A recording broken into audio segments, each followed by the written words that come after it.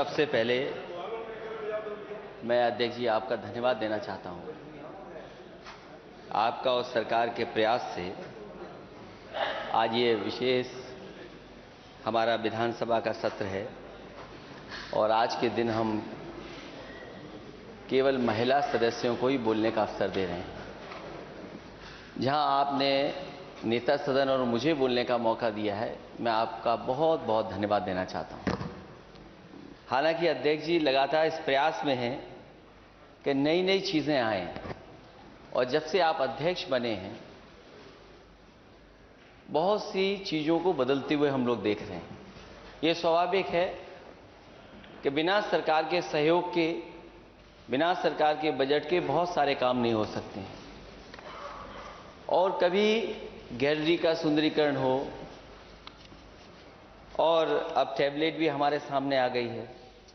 केवल एक टैबलेट नहीं दे रहे हैं अध्यक्ष जी, दूसरी भी टैबलेट दे रहे हैं आपको, तो दो दो टैबलेट हम लोगों के पास हो जाएंगे। और जब कभी हम लोग चाय या कॉफी पीने का बाहर जाते थे तो कैसी चाय मिलती थी, कैसी कॉफी मिलती थी, अक्सर हमारे सदस्यों को शिकायत रहती थी। लेकिन उस शिकायत को भी आपने दूर कर दिया, बहुत बहुत धन्यवाद। और कल तो हमारे एक सदस्य चाय पीते पीते ये भूल गए कि सदन में उन्हें रहना है। तो कभी कभी अच्छे काम की वजह से ये भी हो जाता है। जैसे आपने आज महिलाओं के लिए बोलने का अवसर दिया, आज हमें जानकारी मिली कि नेता सदन बहुत सी चीजें जानते हैं। स्वाभाविक है, वो मुख्यमंत्री हैं तो सब चीज जानेंगे।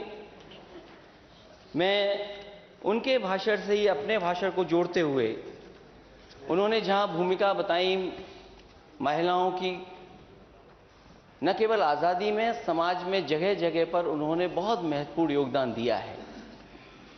सर्वप्रथम अगर हम आजादी की लड़ाई को देखें और जो भूमिका महिलाओं ने और हमारी नारी शक्ति ने योगदान दिया है, झांसी की रानी लक्ष्मीबाई को हम लोग भूल नहीं सकते। उनके साथ साथ बहुत सारे ऐसे नाम हैं जो कभी कभी हम लोग भूल जाते हैं। बेगम हजरत महल हैं, महारानी अवंतीबाई लोधी, चांद बीबी, दुर्गा भाभी, कस्तूरबा गांधी जी, अहिल्याबाई होलकर, सरोजिनी नायडू जी जो सबसे पहली इस उत्तर प्रदेश की गवर्नर भी हुई। और अच्छा होता स्पीकर महोदय, आज महिला स्पीकर भी, अगर वो महिला हमारी गवर्नर जो हैं, अगर वो भी इस कार्यक्रम में किसी न किसी रूप में शामिल हो जाती। अरुणा आसिफ अली, भीकाजी कामा, कैप्टन लक्ष्मी सहगल और अनेक नाम हैं, वीरांगना उदा देवी पासी, ऐसे तमाम नाम हैं, झलकारी बाई, जिनको हम याद कर रहे हैं, जिनके योगदान से, जिनके प्रयासों से हमें उस आजादी की लड़ाई में और मजबूती मिली। वहीं जहां हम अपने उत्तर प्रदेश का इतिहास देखते हैं, सर्वप्रथम उत्तर प्रदेश की नहीं बल्कि देश की पहली महिला मुख्यमंत्री अगर किसी प्रदेश ने दी थी तो उत्तर प्रदेश ने दी। सुचेता कृपलानी के रूप में न केवल उत्तर प्रदेश की वो बल्कि देश की पहली मुख्यमंत्री बनी। और इसी के साथ साथ गवर्नर भी, जिन्होंने आजादी की लड़ाई में राष्ट्रपिता महात्मा गांधी जी के साथ रह करके और उन्होंने पहचान अपने आप बनाई। जहां उन्हें नाइटिंगेल के ऑफ इंडिया बोला जाता, सरोजिनी नायडू, वो भी यहां की गवर्नर। जहां हम अपनी गिनती देखते हैं, यहां पर जो पहला सदन रहा होगा उसमें संख्या कम थी, लेकिन लगातार महिलाओं की उपस्थिति और संख्या बढ़ती चली आ रही है। और आज जिस सदन में हम लोग बैठे हैं उसमें लगभग सभी दलों को मिलाकर के 47 महिलाएं सदस्य हैं। और हमें उम्मीद है कि आने वाले समय में सभी दल ये प्रयास करेंगे कि ज्यादा से ज्यादा महिलाएं इस सदन में कैसे पहुंचें। जहां कोई कैबिनेट ऐसी नहीं रही होगी जहां पर महिलाओं को मौका न दिया गया हो, और लगातार कैबिनेट में किसी न किसी रूप में, किसी न किसी महत्वपूर्ण पद पर महिलाएं रही हैं। आज जब हम महिलाओं पे चर्चा कर रहे हैं तो हमें अपने नेता डॉक्टर राम मनोहर लोहिया जो नर नारी समानता की बात करते थे, उनके कोट याद आते हैं और उनका मैं पहला कोट पढ़ता हूं। उन्होंने कहा कि नारी को गठरी के समान नहीं बल्कि इतनी शक्तिशाली होनी चाहिए कि वक्त पर पुरुष को गठरी बना अपने साथ ले जाए। ये किसके विचार हो सकते हैं? इस समाज में अगर हम इतना सम्मान दे दें और इतनी ऊंचाई तक पहुंचा दें तो हमारे समाज और देश की तरक्की और दुनिया में पहचान में आ जाएगी। न केवल उन्होंने ये कहा बल्कि एक जगह मैं उनकी दूसरी बात को कोट करता हूं कि इस देश की औरतों के लिए आदर्श सावित्री नहीं द्रौपदी होनी चाहिए, क्योंकि अक्सर हम सावित्री को आदर्श मान लेते हैं क्योंकि वो पति के प्रति पूरी समर्पित थी। और डॉक्टर राम मनोहर लोहिया ने वहीं कहा कि इस देश की औरतों के लिए अगर आदर्श कोई हो सकता है तो वो द्रौपदी हैं। इसलिए मैं अध्यक्ष जी आपको धन्यवाद देता हूं जहां महिलाओं के बारे में आपने सोच विचार करके इस सदन को बुला करके एक दिन का मौका दिया है। आज मैं ये कह सकता हूं कि महिलाओं के इतने मुद्दे हैं कि हमारा एक दिन काफी नहीं है। अगर हम पूरे सत्र में भी बहस करें तो शायद वो मुद्दे खत्म नहीं होंगे, क्योंकि जो तस्वीरें हमें देखने को मिलती हैं, ये जिम्मेदारी केवल मैं ये कह दूं समाज की है या सरकार की है।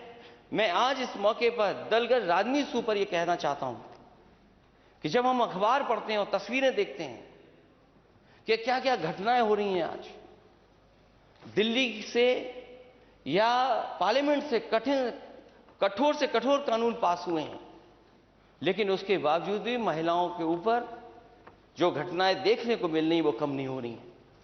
और अगर हम एनसीआरबी का आंकड़ा देखें तो वहीं उत्तर प्रदेश की जहां आबादी ज्यादा है वहीं इस सदन की भी जिम्मेदारी बढ़ जाती है, क्योंकि महिलाओं के साथ जो कुछ हो रहा है ये सब इस समाज में ऐसा महिलाओं के साथ नहीं होना चाहिए। और जो घटनाएं सुनने को मिलती हैं कई बार केवल शहर का नाम ले दें तो हमें घटना वो याद आ जाती है।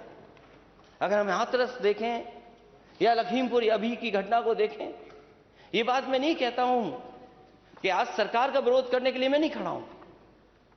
कई ऐसी भी घटनाएं जो हमारी सरकार में भी हुई, लेकिन जब सरकार और समाज और विपक्ष मिलकर के काम करता है तो इन समस्याओं को रोका भी जा सकता है और भविष्य में रिपीट नहीं हो सकता है। इस सदन में जहां हम आज चर्चा कर रहे हैं महिलाओं के सवाल को लेकर के, मुझे याद है इसी सदन ने दिन रात जग करके सस्टेनेबल गोल्स पे भी चर्चा की थी। ये केवल चर्चा न रह जाए, इसलिए जहां विपक्ष की जिम्मेदारी है वहीं विपक्ष से ज्यादा सरकार की जिम्मेदारी है कि अगर चर्चा में जो बातें आ रही हैं, जो चर्चा में कहीं जाएंगी, उन पे हम ठोस कदम कैसे उठाएं। जहां आज हम हर क्षेत्र में ऊंचाइयों पर देख रहे हैं, महिलाएं लगातार अपने मेहनत से समाज के और उनके परिवारों के प्रयास से ऊंचाइयों तक पहुंच रही हैं। बड़े बड़े पदों पर हम लोगों ने देखा है। हम वो बातें नहीं भूल सकते।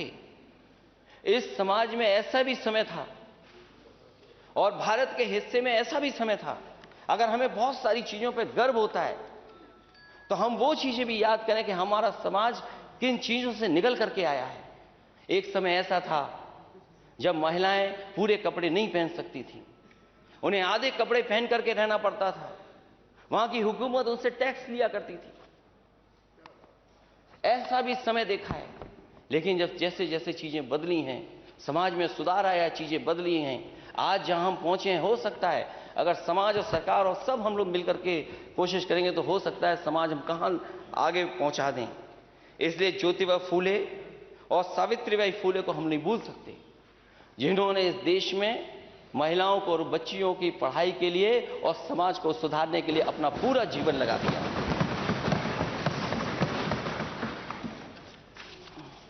क्योंकि आज का दिन ऐसा है कि सरकार को नाराज नहीं करना है। तो घटनाओं का अगर हम लोग जिक्र करेंगे, माननीय सदस्य जितने लोग बैठे हैं सब जानते हैं। जब आज हम लोग चर्चा कर रहे हैं तो अखबारों में किस शहर की घटना कितनी बड़ी निकली है, घटना कैसे हुई वो अलग बात है, लेकिन अगर वो घटना अखबारों में छप जाए, टीवी पे आ जाए, तो आज सभ्य समाज में हमें कितना शर्मिंदा होना पड़ रहा है। मुरादाबाद जैसी घटना, जहां पर एक बेटी रास्ते पर भागती चली गई अपने आप को बचाने के लिए, और कोई कपड़ा उसके शरीर पर नहीं, तो सोचो हमारी आपकी जिम्मेदारी कितनी बन जाती है। इसलिए आज सरकार का सरकार ने बड़ी बातें कही थी कि सशक्त नारी बनाने के लिए हम क्या क्या फैसला लेंगे। आज मैं उन बातों को याद नहीं दिलाना चाहता हूं, लेकिन महिलाओं की सबसे जरूरी चीजें हैं, उनकी सेफ्टी और सिक्योरिटी पे क्या हम काम करें, उनको हम किस तरीके से सरकार की योजनाओं से जोड़ें, महिला सशक्तिकरण और कल्याण के लिए हम क्या क्या कर सकते हैं। सुझाव के रूप में मैं जरूर कहना चाहूंगा,